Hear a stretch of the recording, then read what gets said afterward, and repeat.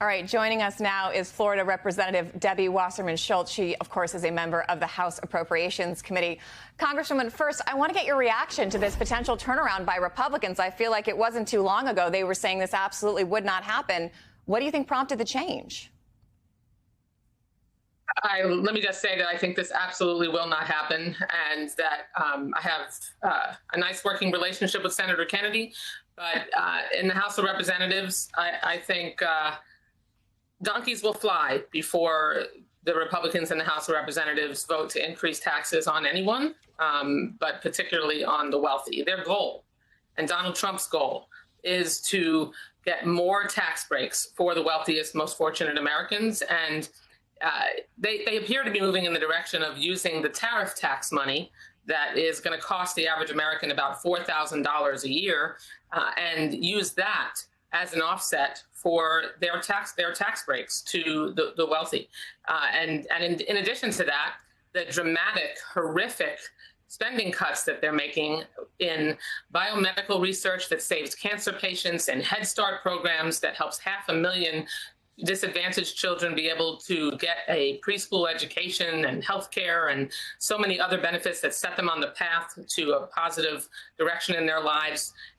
The rural health cuts, the cuts to Medicaid that are coming, Social Security slowdown, those are all the things that they're doing to pay for tax cuts for the wealthiest, most fortunate Americans. So call me skeptical and doubtful that they will ever raise taxes on the wealthy. But if you don't think they mean it, why do you think they're bringing it up? Why the switch in messaging then? Well, I'm not sure who they is. I mean, Senator Kennedy is one senator, and I think he tends to be someone who thinks out loud. And I would be very surprised if you don't see an immediate shutdown this week and Republican extreme MAGA members closing ranks and shutting that whole notion down.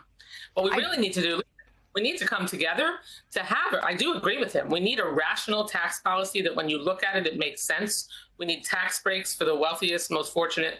We need tax breaks for the middle class and for working families. And we need to shift the burden of taxes onto people who can well afford it, who, frankly, when it comes to improving our economy, when you give tax breaks to wealthy people, they sit on it in their investment accounts.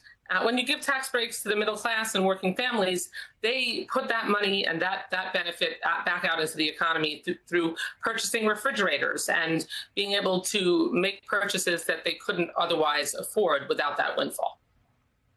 I do also want to ask you about your trip to Israel recently, because you and Iowa Senator Joni Ernst met with Israeli Prime Minister Benjamin Netanyahu. What did you talk about with the Prime Minister, amid this continued Israeli offensive against Hamas? And did he give any indication that a new ceasefire deal or a hostage deal is imminent or even possible at this point? Well, this was Senator Ernst and my third trip to Israel. You may know we were there when the October 7th, we were in the region when the October 7th attacks happened, and we're in Israel a few days later. And we went back together last January, traveled to more nations, and just last week. The conversations with Prime Minister Netanyahu were productive. It was the most sweeping and most significant and detailed conversations that we've had with him that focused on, hostage negotiations and how we can ensure that not only are the hostages released and brought home and that deceased individuals' remains are returned to their families, but also that we can make sure that there are very serious and real security guarantees when you go through the process of rebuilding Gaza and a day after process. So we discussed that with Prime Minister Netanyahu and also with Abraham Accord country leaders across the region. All right, Congresswoman Debbie Wasserman Schultz, thank you so much for joining us. Thanks for having me.